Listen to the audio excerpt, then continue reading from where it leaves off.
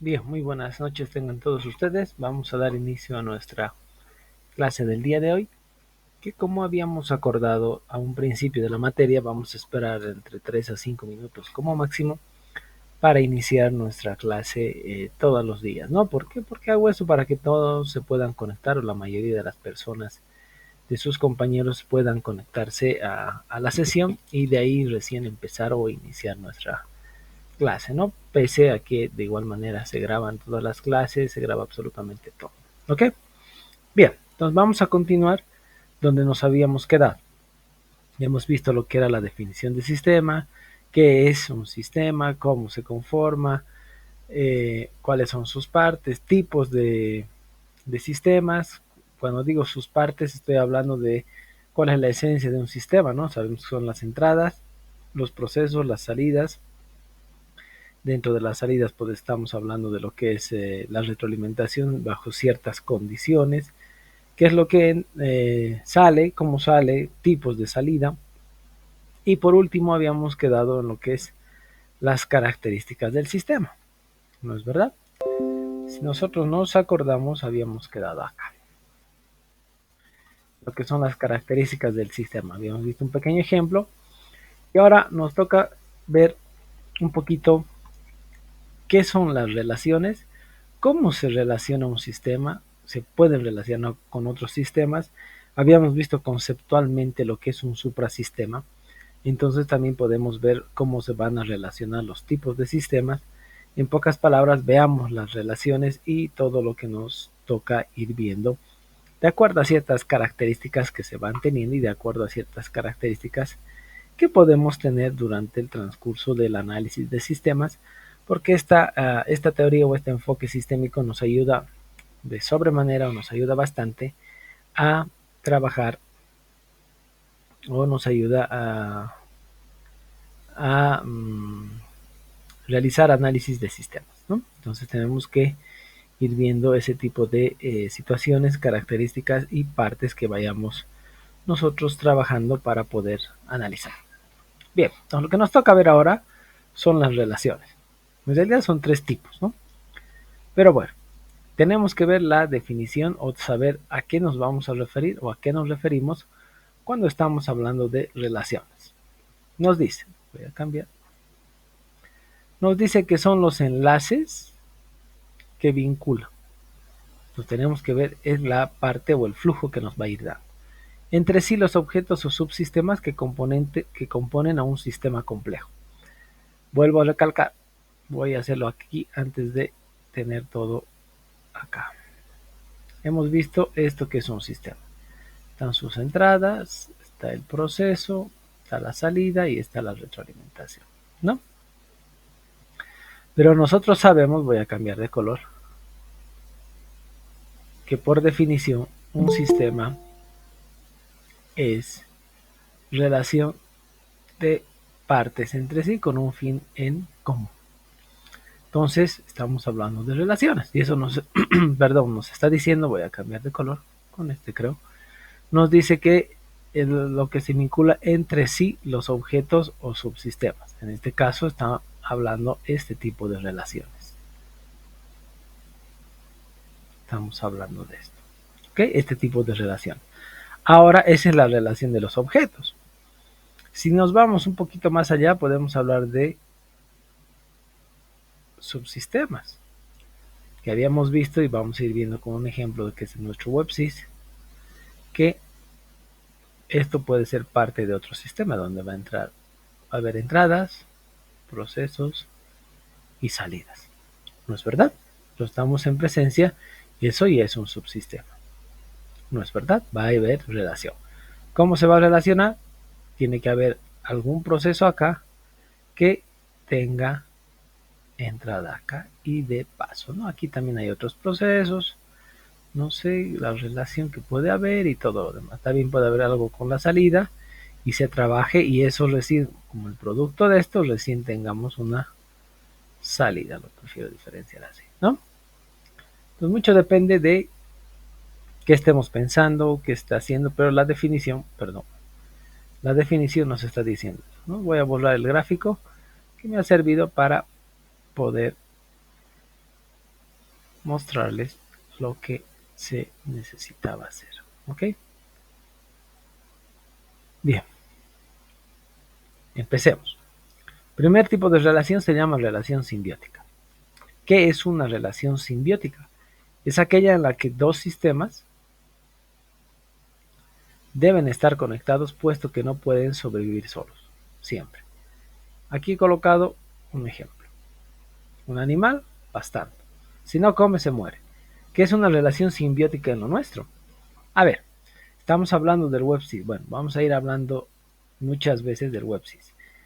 ¿Cuál sería la relación simbiótica entre lo que es el WebSys y su funcionamiento o la fuente de información o la fuente de ingreso de información que pueden ir teniendo en el WebSys?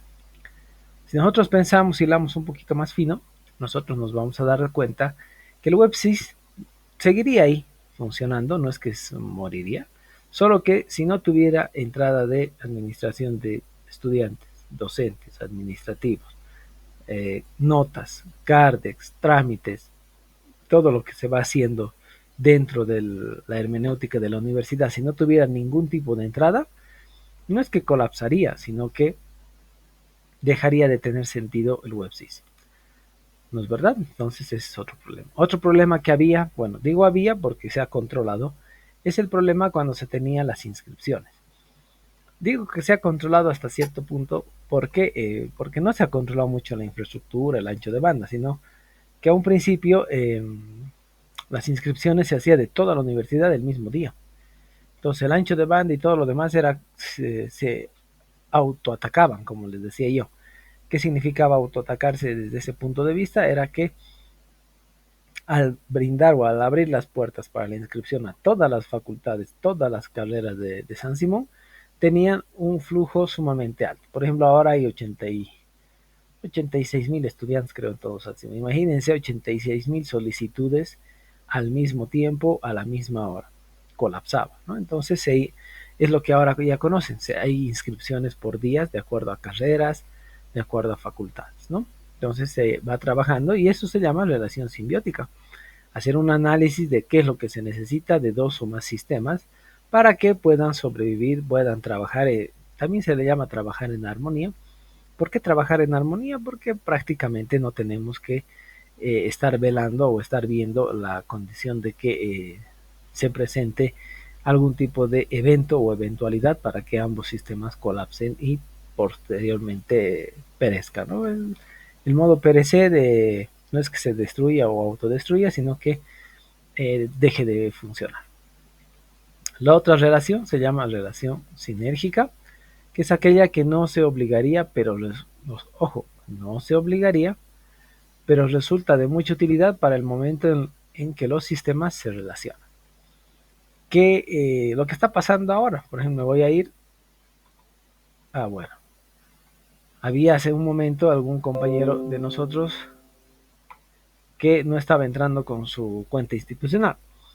Y el problema es que no puedan ingresar, sino que yo tengo que aprobar o dar el visto bueno para que ingresen uno por uno, ¿no? Que es algo moroso, algo tedioso.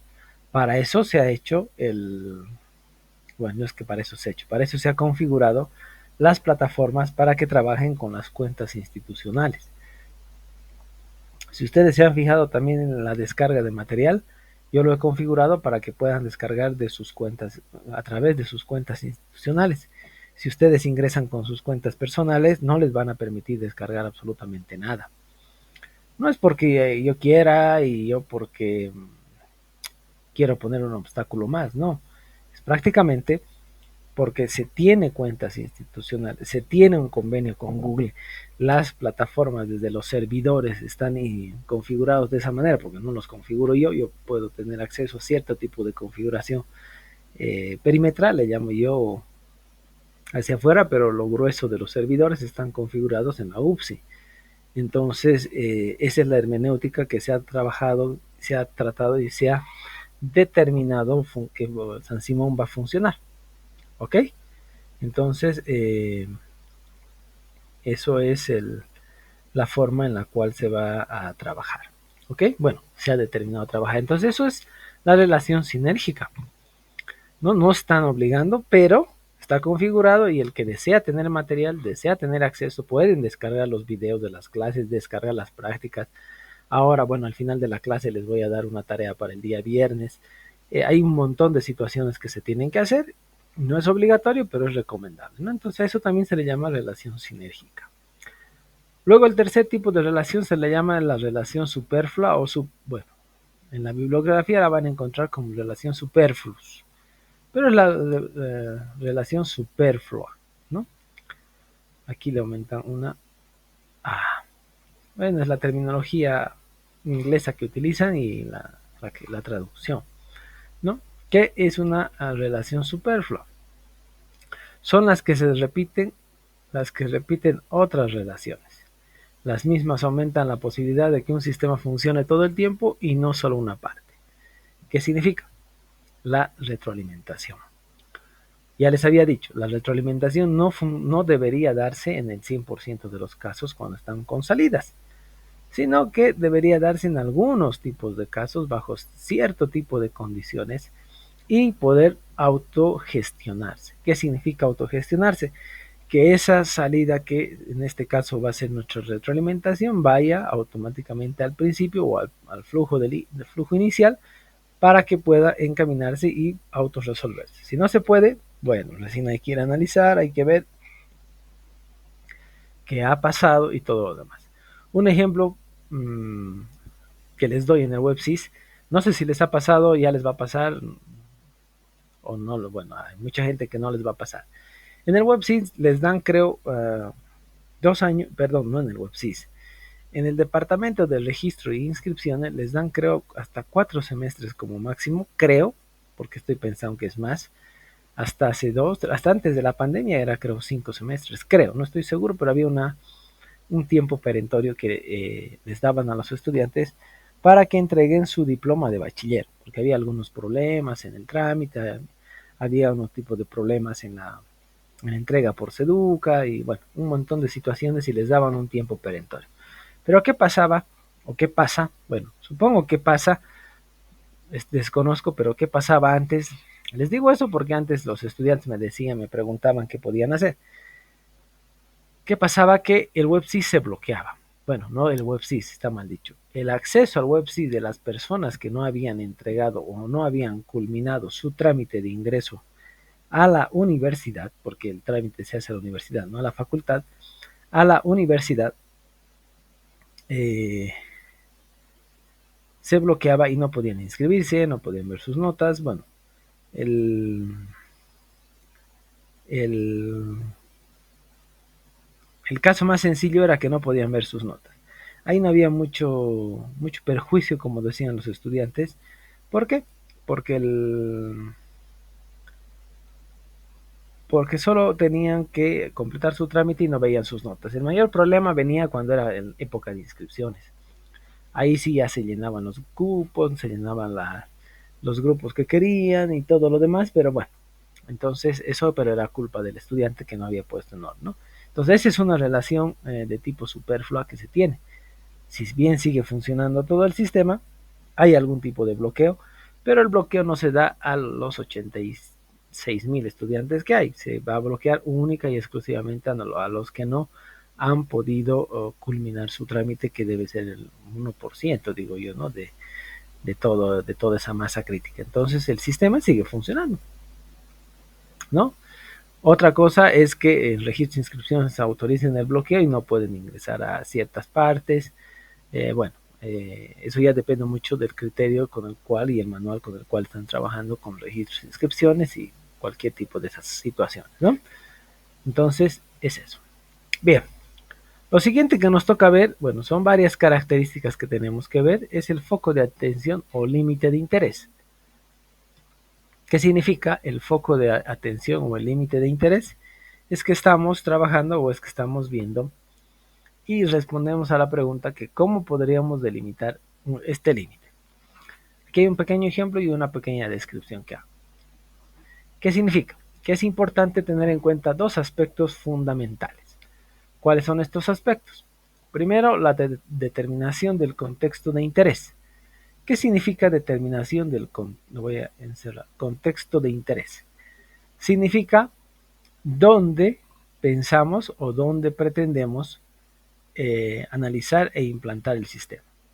Tenemos que ver mucho las características de el lugar, la funcionalidad, el tipo de usuario, o sea, varios aspectos que tenemos que tomar en cuenta. Luego está la determinación del alcance del límite intercentre entre el contexto y el sistema. En pocas palabras, esta palabra intercentre es que se van a intersectar como si fuera teoría de conjuntos. Tenemos que ver cosas en común, cosas separadas. En pocas palabras, veamos esto. ¿Qué estamos delimitando? ¿Qué estamos queriendo mostrar? ¿O qué estoy queriendo mostrar con esta imagen? Primero, tenemos que distinguir nuestro sistema y dejar todo lo demás por fuera. ¿Qué quiero decir con esto? Fíjense, en esto lo he puesto a propósito, voy a cambiar de color. Lo he puesto a propósito este ejemplo porque es algo que tenemos que tener en cuenta. Fíjense, es una fundidora o una fundición donde se trabaja con metal fundido.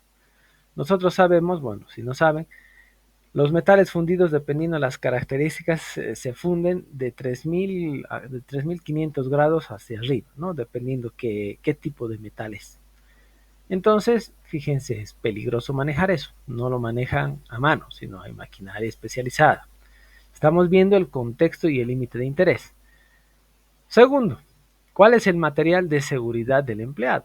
Tenemos un mandil de asbesto, tenemos un casco que tiene un visor, porque si ustedes ven está fundido el metal, pero es demasiado brilloso, tienen que tapar los ojos, manipula con una herramienta y su mano está protegida por un guante de ciertas características, ¿no? Bueno, también tiene ropa de trabajo específica o especializada, tiene botas de trabajo, porque si el líquido chorrea no tiene que quemarle, bueno, con 3000 grados no le quema la piel, ¿no? Sino la deshace más hueso y pierde y se amputa. Entonces, eso es delimitar el foco de atención y el límite de interés. O sea, ¿dónde queremos hacer? Por ejemplo, el WebSys. A un principio, bueno, decirles, a un principio, el WebSys nació con la idea de que sea un sistema de escritorio. O sea, no exista contacto con el exterior. Solamente tenía que funcionar en la red privada o en la red interna de San Simón. Luego, ¿por qué? Porque solamente manejaba los cardex, las notas y todo. Pero surgieron o empezaron a aparecer nuevas necesidades. ¿Cuáles eran? De que ya se necesitaba más usuarios para que puedan acceder a esa información. Ya eran no solamente los administrativos, sino los docentes, migrar notas, hacer la oferta de materias. Todo eso sí ya se tenía que ver, después autoridades que tenían que controlar por las leyes que hay y todo lo demás. Entonces fue creciendo. Y lo último que se trabajó, o lo que se vio, fue que los estudiantes madrugaban, iban a las 4 de la mañana, me incluyo, 4 de la mañana íbamos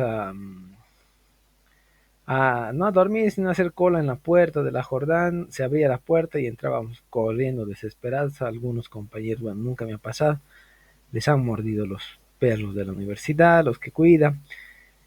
¿Por qué se hacía eso? Muchos se estarán preguntando, y docente cuando era estudiante estaba loco. No estaba loco, y tampoco los estudiantes de San Simón, porque al final solamente teníamos acceso para inscribirnos de los laboratorios de la carrera o de alguna computadora que esté conectada a la red de San Simón. Entonces teníamos que hacer esto. A raíz de esos problemas que hubo, la saturación y todo lo demás, se empezó a abrir. Entonces fíjense, el foco de atención fue cambiando y los límites también. ¿Por qué? Porque después de eso, sobre eso se tuvo que implementar seguridad, porque empezaron a haber ataques, como se implementó en ASP, estaba implementado en ASP a un principio el cliente web, que se tenía conexión, no tenía, se manejaba en texto plano, se podían hacer un montón de barbaridades y todo eso se fue cambiando y modificando, ¿no? Entonces, ese ejemplo es lo que les quería decir o mostrar como foco de interés o límites que hay que poner.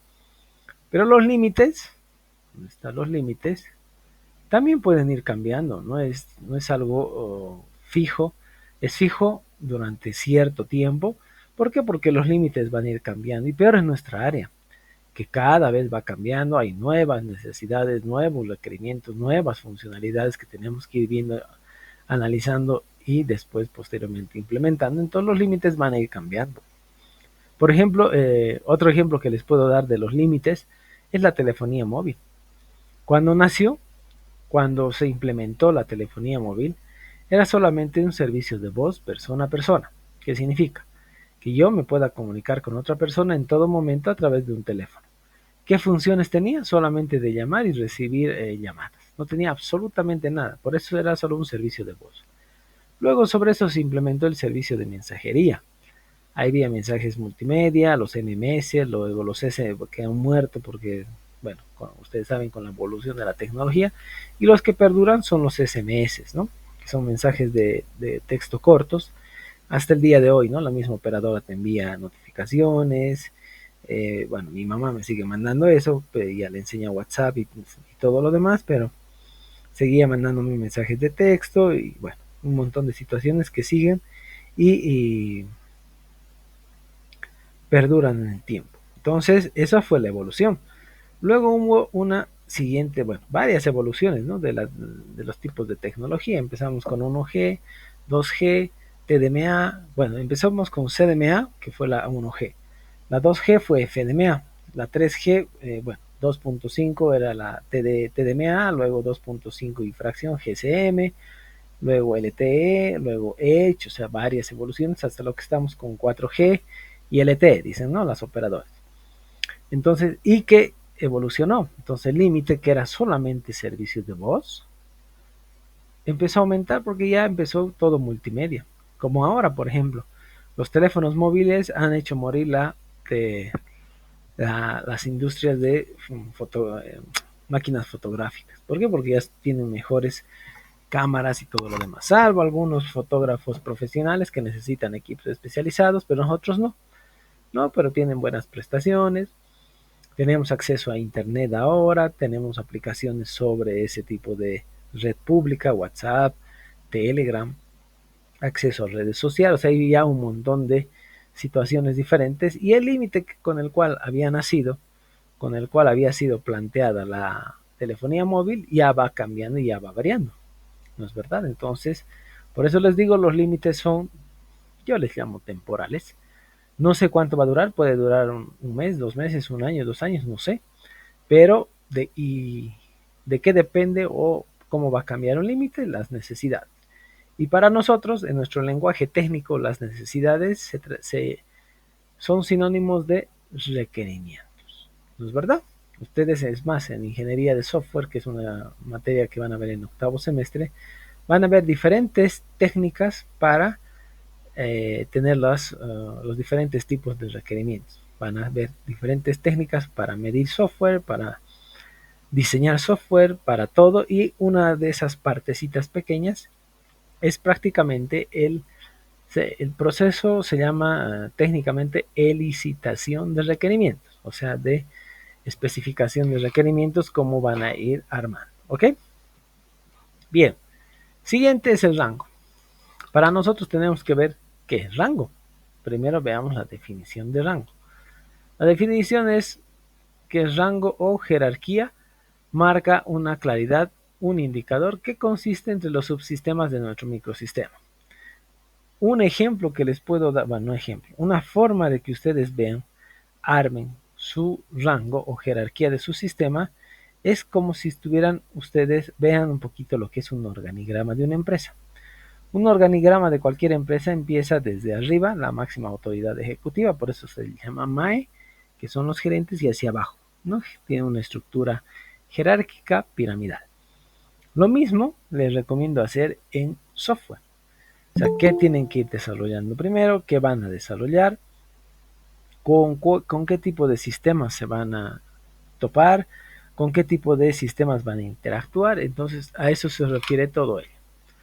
No en todo, en pocas palabras es eso, cómo van a ir trabajando. Los reportes también, por ejemplo, si bien es algo que yo siempre veo, analizo al final, los reportes que se van a ir viendo, hay que ver quiénes proporcionan la información, quiénes transforman la información y quiénes presentan la información. porque los reportes es yo le llamo, ¿no? Para mí es eso, no es nada más ni nada menos que eso que las anestesistas les digo, que son las funcionalidades que nosotros podemos dar y el armado de la información que tenemos en base de datos. No es nada más. El reporte es eso, no presentamos información fuera de eso. Todo lo que está en la base de datos y hemos capturado es un reporte. Entonces tenemos que ver eso. Entonces, para esto se hace referencia que un sistema de bajo nivel no ha de tener los mismos modelos o métodos que uno de alto nivel. Y eso es lógico, ¿no? Por ejemplo, el sistema operativo de cualquier tipo de dispositivo móvil, computadora, no tiene los mismos métodos que tienen los sistemas de alto nivel, que son los que interactúan con los usuarios, ¿por qué? Porque el sistema operativo no está para eso. El sistema operativo no interactúa con los usuarios, interactúa con servicios, con absolutamente todo menos usuarios, salvo algún tipo de usuario administrador que somos nosotros. Digo somos nosotros porque nosotros vamos a ser los desarrolladores y todo lo demás, ¿no? Entonces hay que tener un poquito en cuenta todo eso. Bien, pasemos a los atributos y variables. ¿Qué es un atributo? ¿Qué es una variable?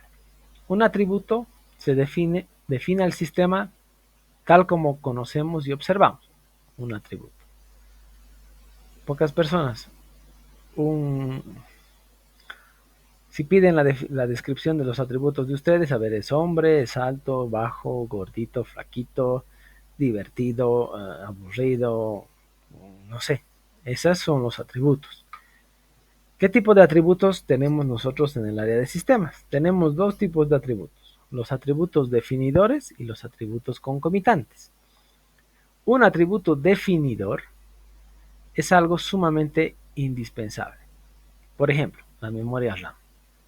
Si no tuviéramos memoria RAM en una computadora, ¿funcionaría? La respuesta es no. Un disco duro, una placa madre, no funcionaría. ¿No es verdad? Entonces, eso es un atributo definidor. ¿Qué significa un atributo definidor? Que es indispensable para el funcionamiento. ¿Ok? Por ejemplo, ¿se imaginan ustedes el WebSys que no tenga un storage para almacenar toda la información con la que se trabaja? Al momento que se apague el equipo, el servidor, al momento que haya un corte de energía o cualquier funcionario apague su computadora, todo lo que ha hecho está al tacho, no sirve, bueno, no es que no sirve, perdón, no se almacena. Por ejemplo, el momento que suban las notas no va a haber notas. Entonces, ¿cómo ustedes van a poder tramitar? Van a poder tramitar sus títulos y todo lo demás, o van a saber que han vencido? Entonces, ese es un atributo definidor.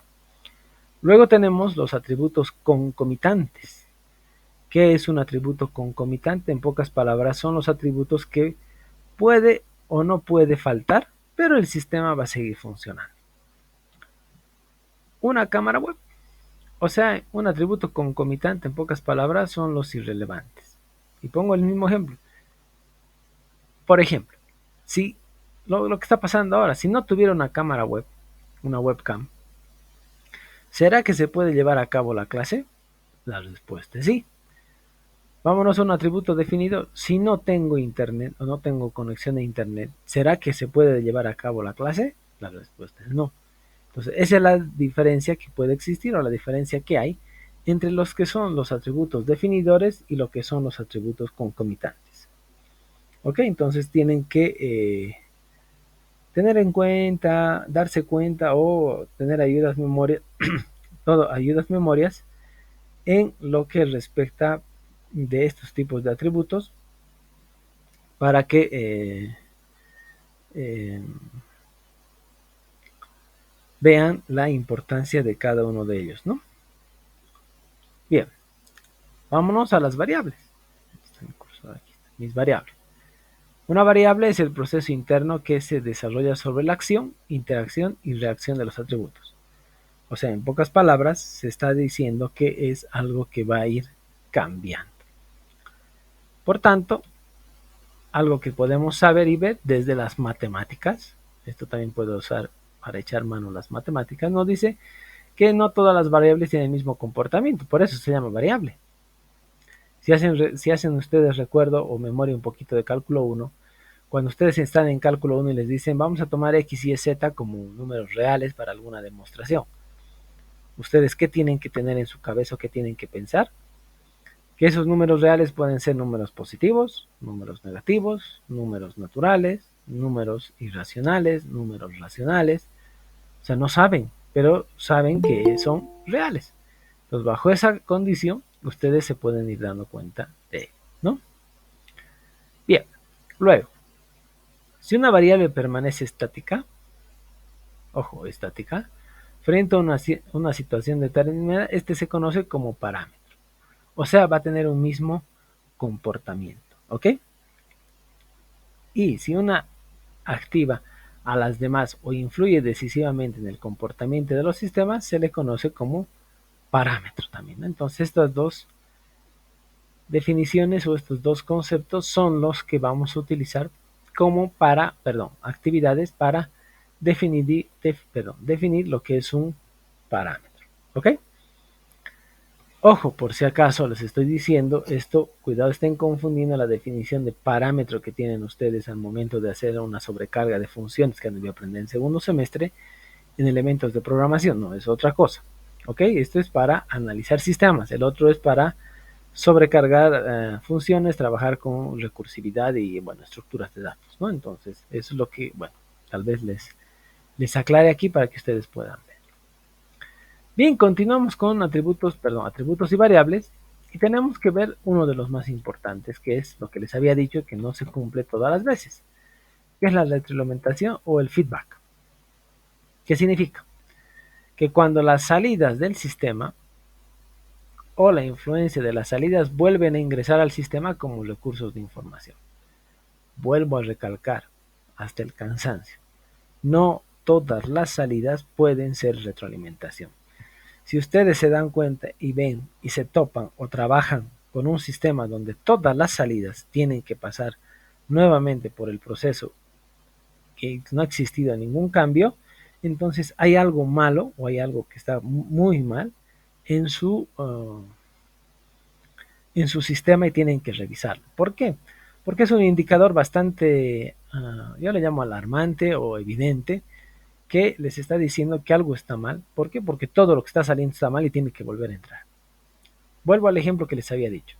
Si en una carpintería nos dedicamos a hacer sillas y todas las sillas salen mal y tienen que volver a entrar al taller para ser arregladas, entonces el proceso que se está haciendo para eh, hacer las sillas está mal. Hay que revisar todo el proceso, no las sillas, hay que revisar el proceso que está mal.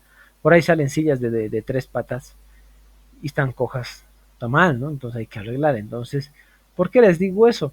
Porque ustedes van a aprender hay estimaciones y medición de software en ingeniería de software que tienen que ver si el tiempo de esfuerzo de arreglar lo que tienen es mayor al tiempo de desarrollo, algo está completamente mal. ¿Por qué? Porque cuando se dice esfuerzo, se ve en tiempo, en recursos y pérdida de tiempo.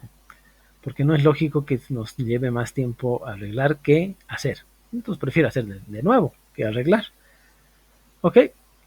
Luego viene otro que se llama, bueno, es algo un poco particular, que se llama alimentación delantera.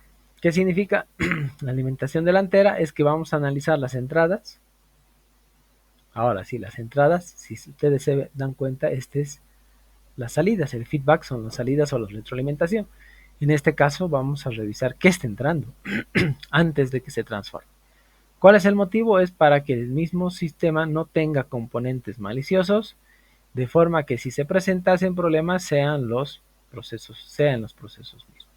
Este es un ejemplo sumamente clarito. ¿Por qué ustedes declaran variables de tipo entero? Porque quieren trabajar con números enteros. ¿Por qué ustedes declaran variables de tipo caracteres?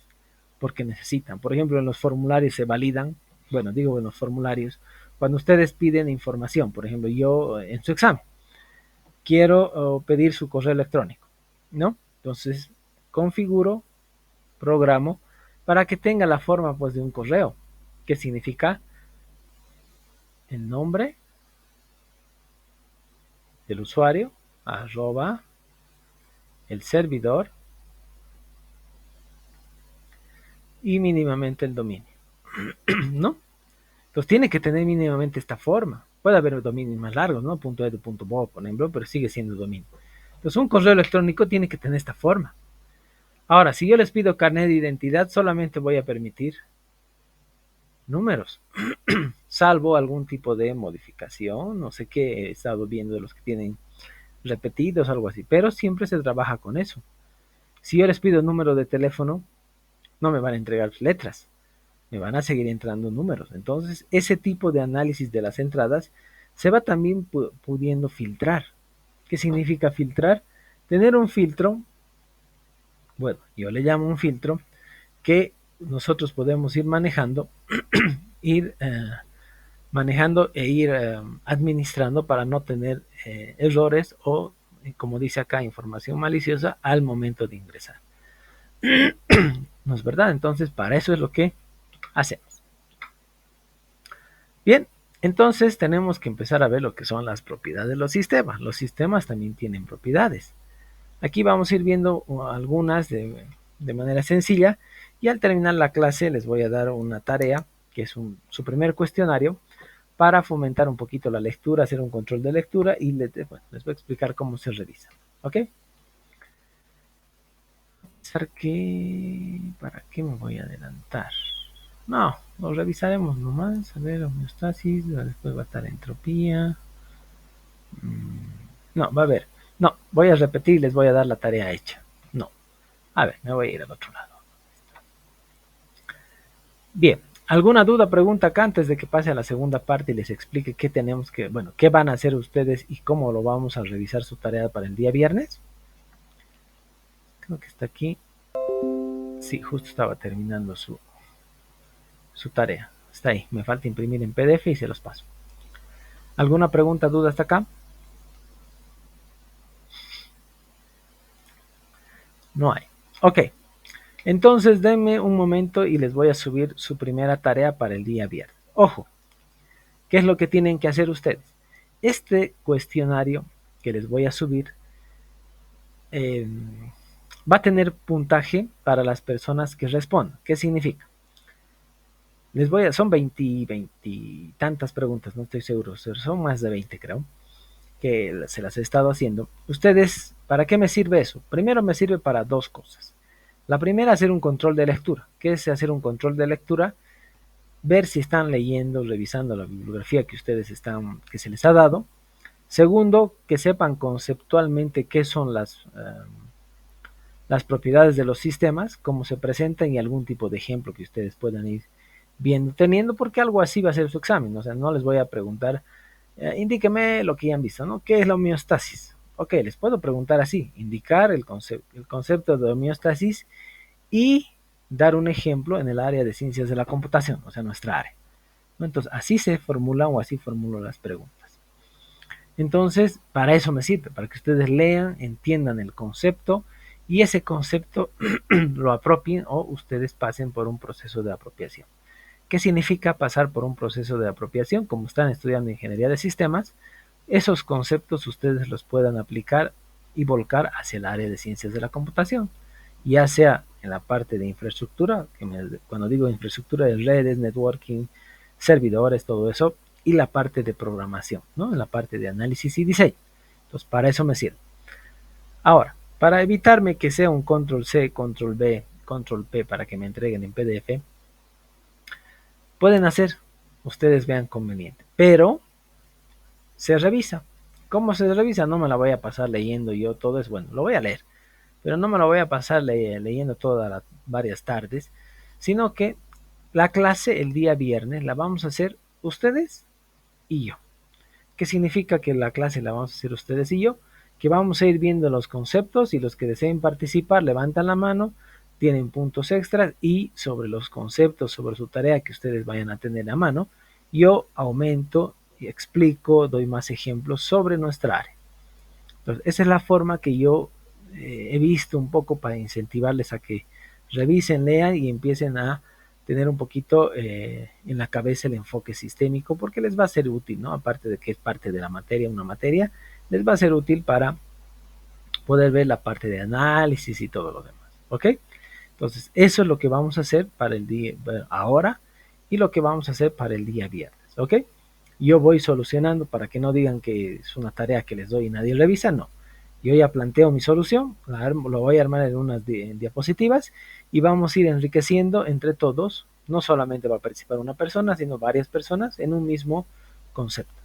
¿Ok?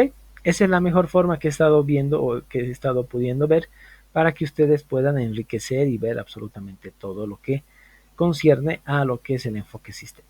¿Ok? ¿Alguna pregunta, duda, consulta que tengan? No hay. Ok, entonces va a estar aquí publicado bueno, se va a generar aquí una tarea y va a haber un repositorio acá que va a ser el cuestionario 1 del primer parcial para que ustedes puedan ir entregar. ¿Ok? Esa es la hermenéutica que yo hago y va a estar publicada, perdón, no publicada, sino va a estar abierto a la recepción hasta las 6:30 del día viernes. ¿Por qué 6:30? Porque 18:45 tenemos clases, ¿no? Entonces va a estar abierto hasta 15 minutos antes de que empecemos nuestra clase. Bien, muchachos, no hay preguntas, dudas, entonces nos vemos el día viernes. Hasta el día viernes. Ah, no, perdón. Nelson, adelante. Disculpe, Inge, perdón, es mi primera clase, me inscribí con Rezaga 2. La clase del viernes también es virtual, Inge, perdón. Todas son virtuales. Oh, muchas gracias, esa Ok, era la duda. ok, Nelson, no Gracias. hay problema. ¿Alguna otra pregunta o duda? Adelante, Jorge. Ingeniero, buenas noches. La consulta es la siguiente. El cuestionario que nos va a enviar, usted ha dicho que lo van a sacar de las lecturas que nos ha proporcionado el libro, ¿no es cierto? Sí. Del libro y pueden investigar en otros lados también, ¿no? No está cerrado. Muy bien, Inge. Gracias. Todo. Ok. ¿Alguien más que tenga alguna pregunta, duda?